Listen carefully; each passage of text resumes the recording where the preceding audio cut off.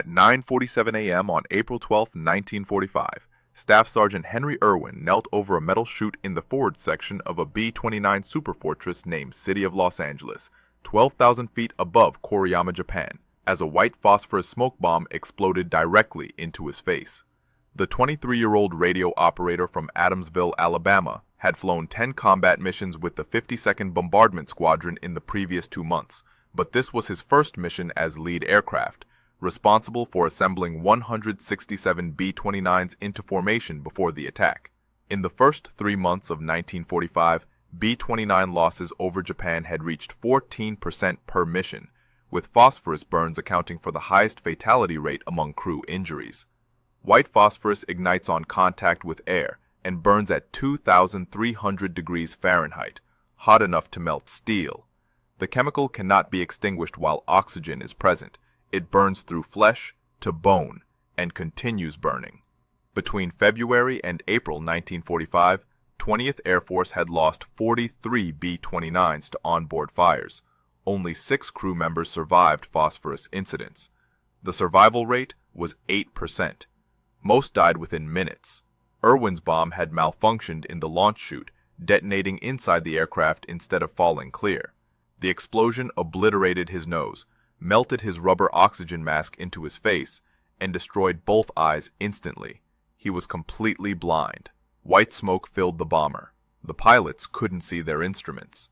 Captain George Cimarol, the aircraft commander, felt the B-29 pitch forward into a dive. He couldn't see the altimeter, couldn't see his co-pilot. The intercom was dead. Smoke burned his lungs. The bomber carried 12,000 pounds of incendiary bombs in the bay directly below Irwin's position. If the phosphorus burned through the deck, the entire bomb load would detonate. The mission would fail. 166 B-29s would scatter without their lead aircraft. Cimarol pulled back on the yoke, but couldn't level the bomber. They were diving toward the Pacific at 300 feet per minute. He had perhaps 40 seconds before they hit the water. The burning phosphorus bomb lay on the deck between Irwin's feet. His face was gone. His hands were burning. His flight suit was burning. He couldn't see, couldn't breathe without inhaling smoke. The navigator's table blocked the path to the cockpit window. The table was bolted to the deck. To reach the window, Irwin would have to pick up the burning bomb, crawl past the table, and throw the device out through a 10-inch opening. The phosphorus was burning at metal melting temperature. It was burning through the aircraft deck. In approximately 30 seconds, it would reach the bomb bay. Could one blind man carry a bomb burning at 2,300 degrees? Please like this video to share Red Irwin's story, and subscribe for more. Back to Irwin. Irwin reached down and grabbed the phosphorus bomb with both hands. The chemical ignited his gloves instantly. He pulled the bomb against his chest and began crawling forward. The phosphorus burned through his flight suit in 3 seconds. Burned through skin, burned into muscle, burned to bone. He couldn't see where he was going. His hands were melting into the bomb. Every movement embedded more phosphorus particles into his flesh. The particles would continue burning for months. He crawled 6 feet to the navigator's table. The table was locked in the down position. He couldn't get past it. Irwin wedged his left shoulder under the table and pushed up. The table mechanism was jammed. He pushed harder. The phosphorus was burning through his chest. His right arm was burning to the bone. He couldn't feel his hands anymore. The table released. He crawled forward another 7 feet. His crew members tried to help, but the smoke was too thick. They couldn't reach him. He found the cockpit bulkhead, felt for the co-pilot's window. His fingers touched glass. He couldn't open the window latch. His hands were too badly burned. He used his forearm. The window opened 6 inches. He shoved the burning bomb through the opening and collapsed. 22 seconds had passed since the explosion. Captain Cimarol felt the bomber level out. The smoke began clearing. He could see his instruments again. Altitude, 9,800 feet. Airspeed, 210 knots. They were climbing. Co-pilot, Second Lieutenant Leroy Stabler, looked back through the cockpit door. Irwin was on the deck between the pilot seats. His flight suit had burned away. His skin was black and red, bones visible through his arms and chest. His face was gone. Both eyes were white. Stabler thought he was dead. Irwin spoke, asked if the crew was safe, asked if anyone was hurt. His voice was clear, calm. He remained conscious. The phosphorus particles embedded in his body continued burning. Crew members used fire extinguishers on his clothes, but the phosphorus couldn't be extinguished. Every time they uncovered his wounds to apply first aid, the particles reignited. White smoke rose from his chest, from his arms, from his face. The chemical was burning from the inside out. Flight engineer, Technical Sergeant Herbert Schnipper, estimated Irwin had 20 to 30 phosphorus particles burning in his body. Each particle burned at furnace temperature. Irwin never screamed, never complained, only asked about the crew. Cimarral aborted the mission. The 166 other B-29s scattered without their lead aircraft. The mission failed, but 12 men were alive. Cimarral turned toward Iwo Jima, 290 miles southeast. The island had been captured 5 weeks earlier on March 26th. The Marines had built an emergency airfield specifically for damaged B-29s. It was the closest point where Irwin could receive medical treatment. At cruising speed, they would reach Iwo in 73 minutes. The medical staff on Guam had told bomber crews that phosphorus burn victims rarely survived more than 2 hours. Irwin had been burning for 8 minutes. The crew tried everything. Wet towels on the wounds. The phosphorus burned through the towels. Morphine injections. Irwin refused, said he needed to stay conscious. He kept asking about the other crew members, kept asking if the mission was completed. Bombardier First Lieutenant Kenneth Crosby told him everyone was fine, told him they were heading to Iwo, told him he saved the aircraft. Irwin nodded, said he was glad, then asked if the smoke bombs had worked properly. He was worried about the other bombers in the formation, worried they couldn't assemble without the lead aircraft signal. His body was burning from the inside, and he was concerned about mission success. At 10:51 a.m., City of Los Angeles touched down on Iwo Jima's South Field. Ambulances were waiting. Medical personnel opened the forward hatch and saw Irwin. A Navy doctor named Lieutenant Commander John Bradley examined him. Bradley had treated hundreds of burn cases during the Iwo Jima invasion. He'd never seen phosphorus burns this severe. Irwin's flight suit was gone. His skin was charred black across 70% of his body.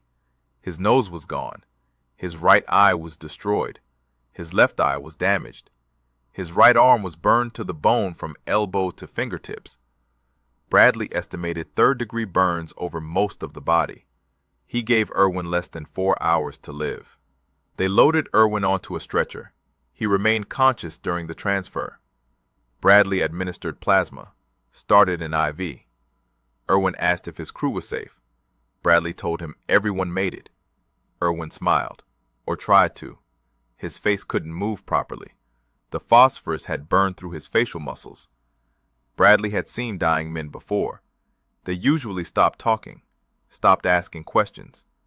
Irwin kept talking, kept asking about his crew, about the mission, about whether the other bombers made it to target.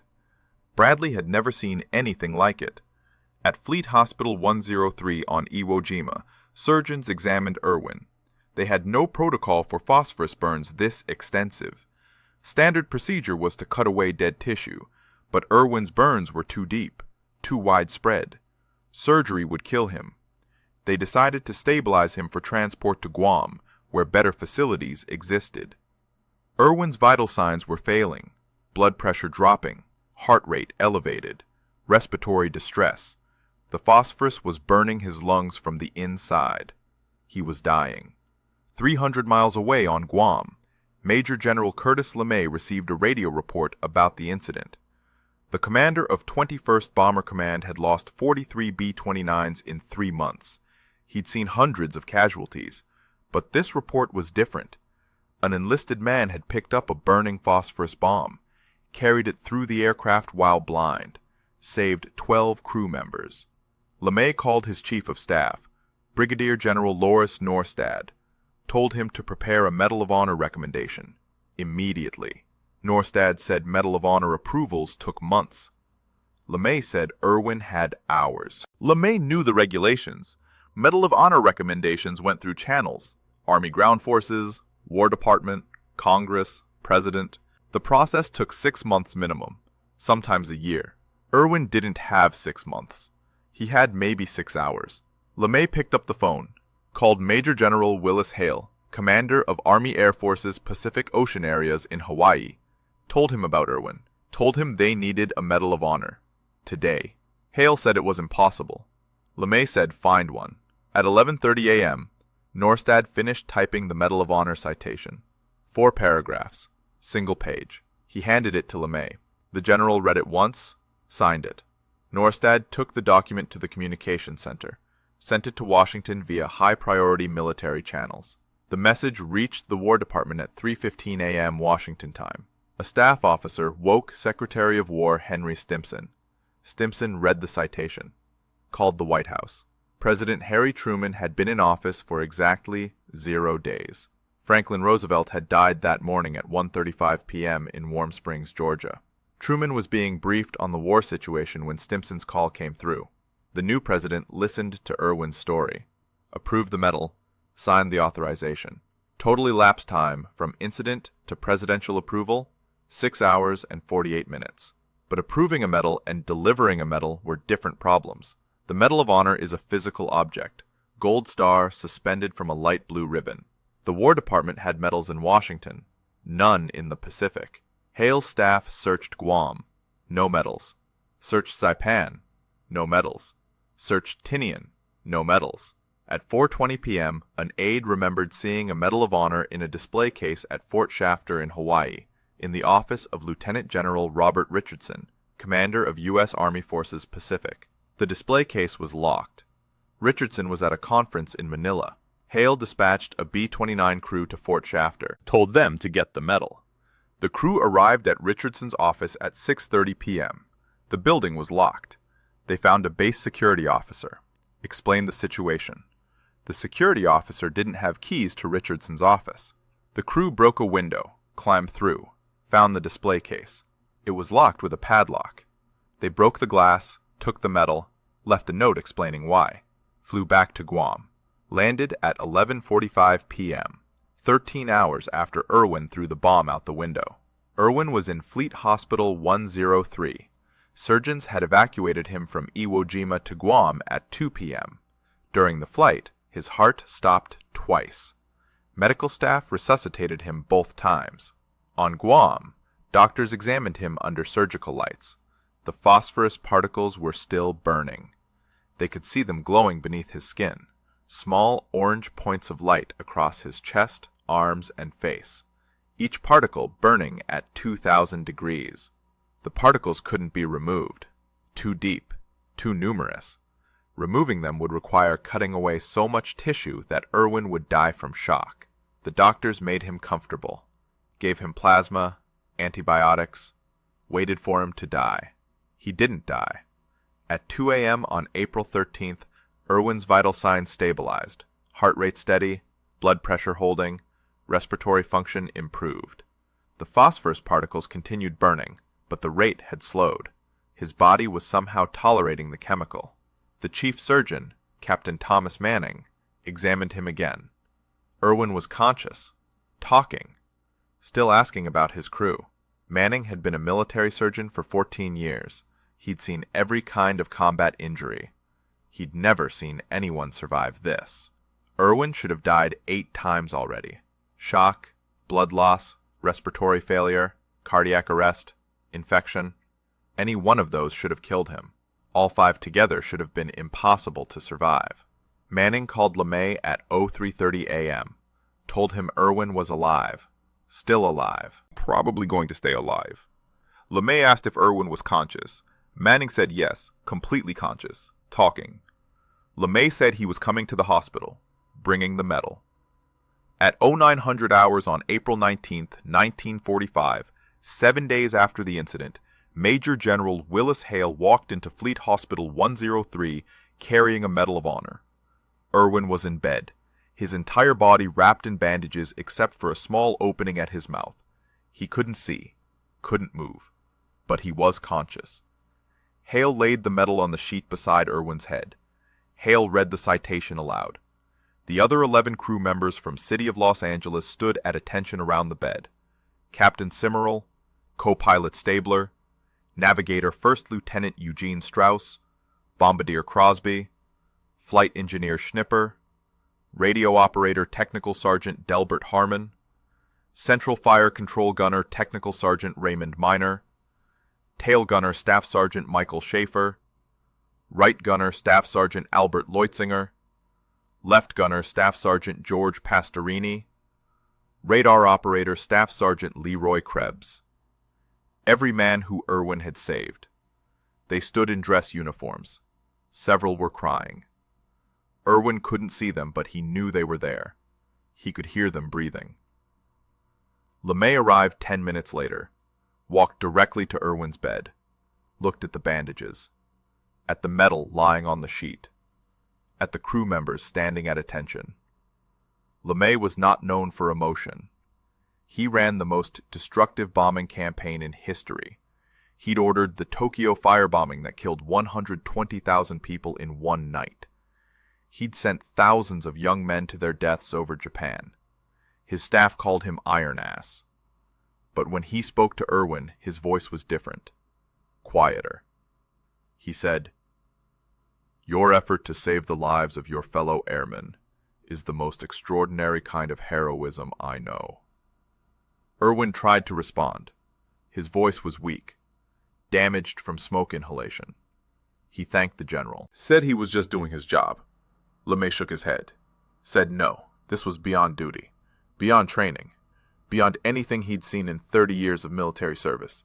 He told Irwin the entire Pacific Command was talking about him.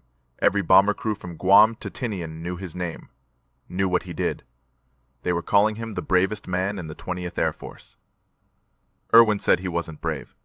He was scared the entire time. LeMay said that's what makes it brave. The Medal of Honor presentation made headlines across the United States. Newspapers ran the story on front pages. The fastest Medal of Honor in American history. 7 days from incident to award. The previous record was 43 days. Radio broadcasts told Irwin's story coast to coast. His mother, Pearl Irwin, heard about it on the radio in Adamsville, Alabama. She hadn't known her son was injured. The Army notification telegram arrived 3 days after the radio broadcast. She collapsed when she read it. The telegram said Henry was alive but severely wounded, expected to survive. The Medal of Honor ceremony had already happened by the time she learned he was hurt.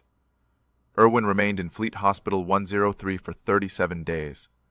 The phosphorus particles continued burning. Doctors performed 12 surgeries trying to remove them. They cut away dead tissue, grafted new skin, rebuilt his face. The surgeries took 6 to 8 hours each. Irwin endured them without complaint. Between surgeries, he asked about his crew, about the mission, about whether the other B-29s made it to target. Nurses told him the mission was scrubbed after City of Los Angeles aborted. Irwin was disappointed, said he wished the mission had succeeded. The nurses couldn't believe it. The man had saved 12 lives and nearly died, and he was worried about mission success. On May 26th, doctors evacuated Irwin to Letterman General Hospital in San Francisco. The flight took 14 hours. During the flight, his phosphorus burns reignited twice. The cabin pressure changes affected the particles, made them burn hotter. Medics had to extinguish his bandages mid-flight. Irwin remained conscious the entire time, talked to the medical staff, asked them questions about their families, about where they were from, about their experiences in the war. A man with phosphorus burning through his body, asking other people how they were doing. At Letterman Hospital, surgeons examined him. Chief of Plastic Surgery Major John Longacre had treated hundreds of burn cases. He'd never seen phosphorus burns this severe on a living patient. Irwin had third-degree burns over 70% of his body. His right arm was burned to the bone from shoulder to fingertips. His face required complete reconstruction. Both eyes were damaged. His nose was gone. His right ear was gone. Longacre estimated 40 surgeries minimum, maybe more. The surgeries would take 2 years, maybe 3. Irwin asked when he could return to duty. Longacre told him the truth, said he would never fly again, never return to combat. The Army Air Forces was processing his medical discharge. Irwin would receive full disability benefits, a pension, priority access to Veterans Administration hospitals, the best medical care available. But his military career was over. Irwin was 24 years old. He'd been in the service for 2 years and 9 months. He'd flown 11 combat missions. The last one destroyed his body. He nodded, said he understood, then asked if he could help other veterans after he recovered. Longacre said yes, definitely yes. The first surgery happened on June 2nd, 1945. Longacre and his team worked for 9 hours. They removed dead tissue from Irwin's right arm, harvested skin from his legs for grafting, began rebuilding his face. The surgery went well, but the phosphorus complicated everything. 3 days post-surgery, particles in his arm reignited. The grafted skin burned away. They had to start over. The second surgery happened on June 15th. 8 hours, same procedure, same result. The phosphorus reignited, burned through the grafts. Longacre realized they had to remove every phosphorus particle before grafting would work, but the particles were embedded too deep. Removing them required cutting to the bone. Over the next 6 weeks, Longacre performed 7 surgeries. Each surgery removed more phosphorus particles. Each surgery took longer than the last. By surgery 7, they'd removed an estimated 60 particles from Irwin's body. But more remained. The particles glowed under surgical lights, small orange dots beneath the skin. Longacre counted at least 30 more, maybe 40. Each one had to come out. Each removal risked infection, nerve damage, permanent disability. Irwin endured every surgery without complaint, never asked for extra morphine, never asked how many more surgeries were needed, just asked when he could start helping other veterans. On July 17th, Irwin's brother Charles arrived at Letterman Hospital. Charles had been serving with the Marine Corps on Guam. LeMay had arranged his emergency leave. Charles hadn't seen his brother in 3 years. The nurses warned him before he entered the room, said Henry's appearance was shocking. Charles walked in, saw the bandages, saw the burns, saw what was left of his brother's face. He sat down beside the bed, didn't say anything for 2 minutes, just sat there. Irwin spoke first, asked how Charles was doing, asked about his unit, asked if Charles had seen their mother. Charles started crying, told him their mother was fine, told him everyone back home was proud, told him he was a hero. Irwin said he wasn't a hero. He was just scared the bomb would kill his crew. The two brothers spent 24 hours together. Charles slept in a chair beside Irwin's bed. They talked about Alabama, about their childhood, about their father who died when Henry was 10, about the coal mines where their father worked, about the family. Charles told him stories, made him laugh. The nurses said it was the first time they'd heard Irwin laugh since he arrived. Charles had to return to his unit on July 18th. Before he left, he told Irwin the entire Pacific Theater knew his story. Every Marine, every soldier, every sailor. Everyone knew about the blind airman who carried a burning bomb. Irwin asked if they knew about the crew. Charles said yes. Everyone knew Irwin saved 12 men. Irwin's vital signs improved through July and August. His weight stabilized at 87 pounds. He'd lost 53 pounds since the incident. The phosphorus burns had consumed muscle tissue, fat reserves. His body had burned itself to survive. Doctors increased his calorie intake, 4,000 calories per day, high protein, supplements, vitamin injections. By late August, he'd gained 12 pounds. Still dangerously underweight, but improving. The surgeries continued. Surgery 15, on August 9th, removed the last accessible phosphorus particles from his right arm. Longacre said approximately 20 particles remained deeper in his body, too deep to remove without killing him.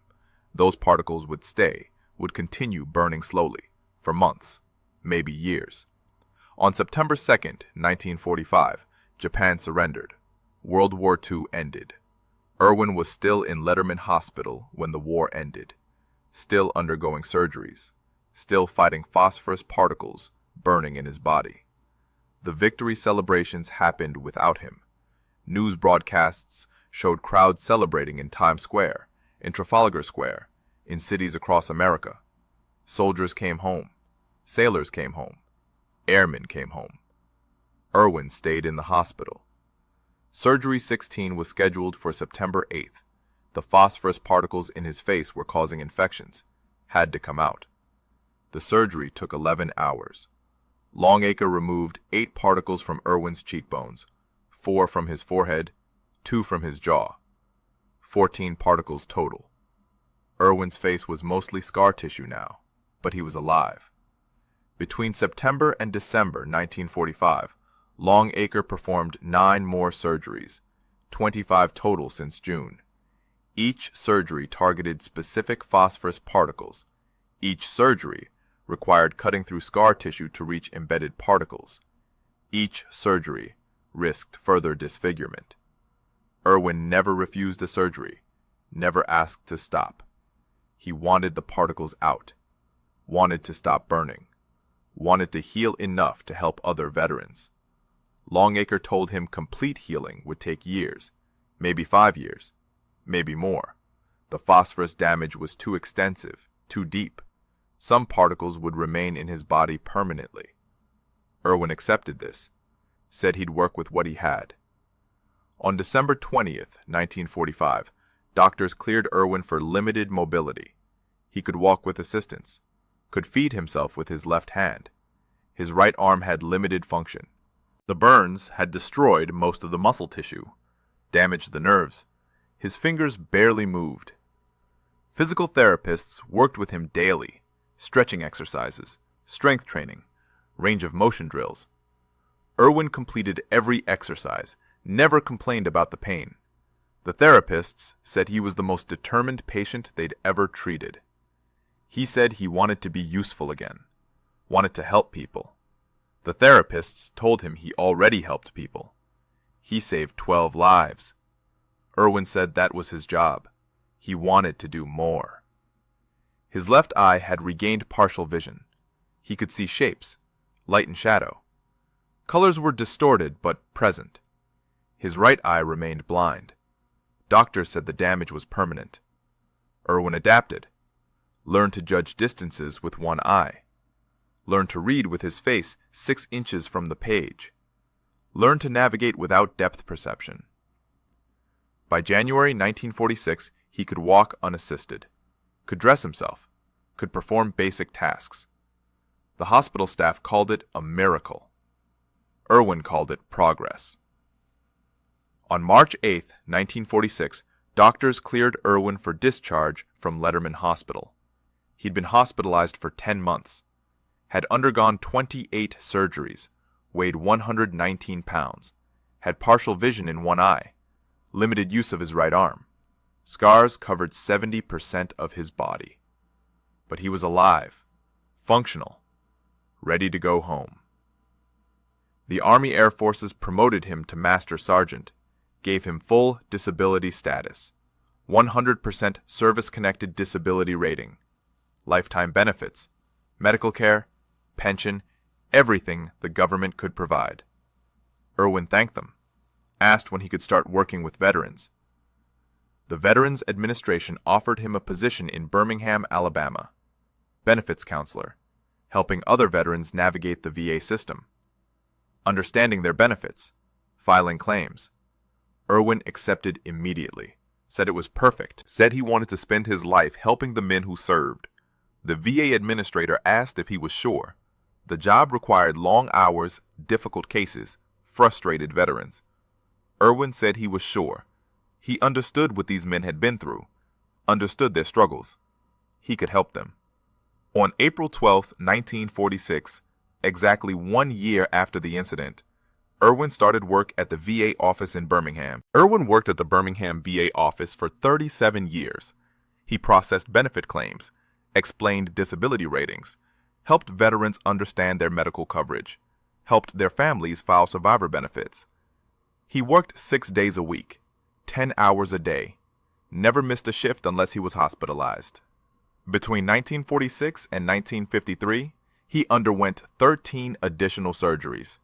Phosphorus particles that had remained dormant would suddenly reignite, cause infections, require surgical removal. Each surgery meant weeks of recovery, weeks away from work.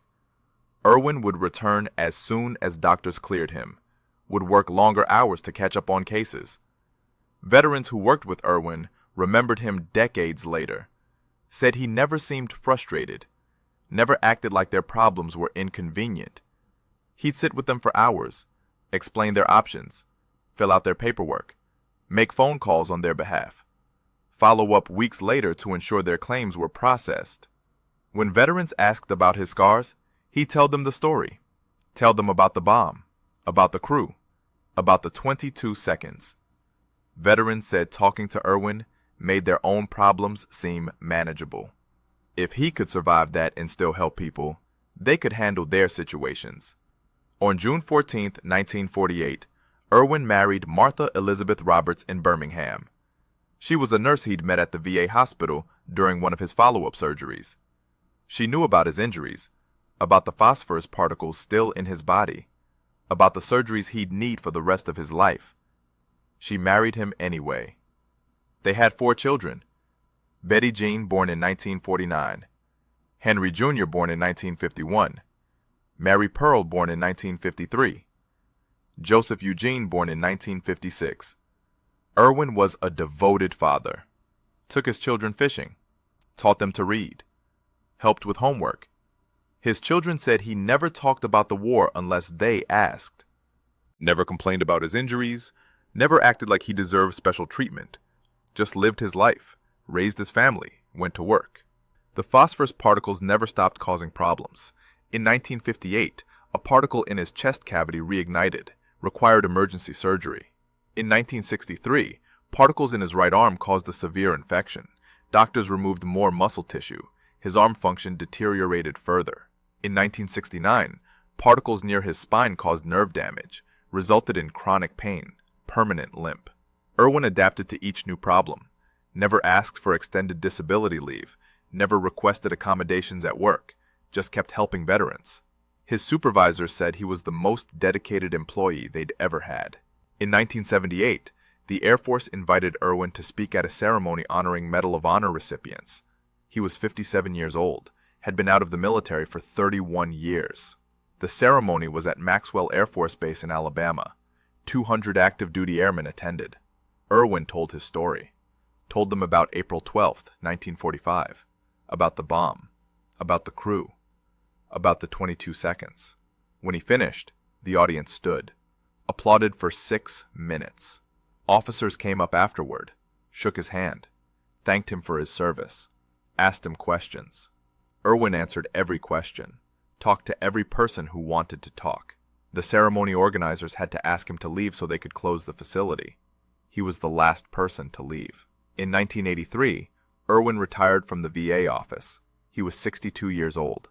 He'd worked at the VA for 37 years, helped thousands of veterans, filed tens of thousands of claims, made countless phone calls, attended hundreds of funerals for veterans he'd helped. His children said retirement was hard for him. He didn't know what to do without work, without helping people. Martha suggested he start speaking at schools. Tell his story to young people. Irwin agreed. Between 1983 and 2000, he spoke at 68 schools across Alabama. Elementary schools, high schools, colleges. He'd tell students about duty, about courage, about doing what's right when everything is wrong. Students would ask about the pain, about whether it was worth it. Irwin always said yes, said saving those 12 lives was worth everything. All 11 crew members from City of Los Angeles survived the war. Captain Simmerall flew 18 more missions, retired as a lieutenant colonel. Co-pilot Stabler flew 23 more missions, became a commercial airline pilot. Navigator Strauss flew 15 more missions, pot navigation at Randolph Air Force Base. Every crew member stayed in touch with Irwin after the war. They'd call on April 12th every year, the anniversary of the incident. They'd talk for hours, reminisce about that day, about how close they came to dying, about how Irwin saved them. In 1995, on the 50th anniversary, all 11 crew members traveled to Birmingham, had dinner with Irvin and his family. Simmerall gave a speech, said Irvin was the bravest man he'd ever known, said those 22 seconds defined what it meant to be a soldier. Henry Eugene Irvin died on January 16, 2002, at Leeds, Alabama. He was 80 years old. He'd lived 56 years after the incident, 56 years with phosphorus particles in his body, 56 years with scars covering 70% of his skin, 56 years helping other veterans.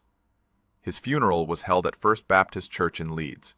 More than 800 people attended.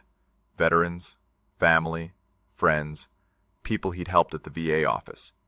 The Air Force sent an honor guard. A general gave the eulogy, said Irvin represented everything the military stood for: sacrifice, duty, service. His casket was draped with an American flag. The same flag that flew over Guam the day LeMay gave him the Medal of Honor. Red Irwin remains the only B-29 crewman to receive the Medal of Honor during World War II. His Medal of Honor was approved faster than any other in American history. 7 days. The record still stands. In 2004, the Air Force renamed a building at F.E. Warren Air Force Base Irwin Hall in his honor. In 2020, the 20th Air Force Headquarters building at the same base was also renamed for him. His story is taught at every Air Force basic training class, every officer candidate school, every leadership course. They teach future airmen about the 22 seconds that saved 12 lives, about the man who carried a burning bomb while blind, about duty above self. Red Irwin's story reminds us what one person can do when everything is on the line. 22 seconds, 13 feet, burning at 2,300 degrees, completely blind. He could have done nothing, could have let the bomb burn, could have saved himself. Instead, he grabbed it. If this story moved you, please hit that like button and subscribe to keep these forgotten heroes alive. Drop a comment below and tell us where you're watching from. We've got viewers from over 90 countries, and every comment helps us reach more people who value these stories. Thank you for watching, and thank you for honoring the memory of Master Sergeant Henry Eugene Irwin and the 11 crew members whose lives he saved on April 12, 1945.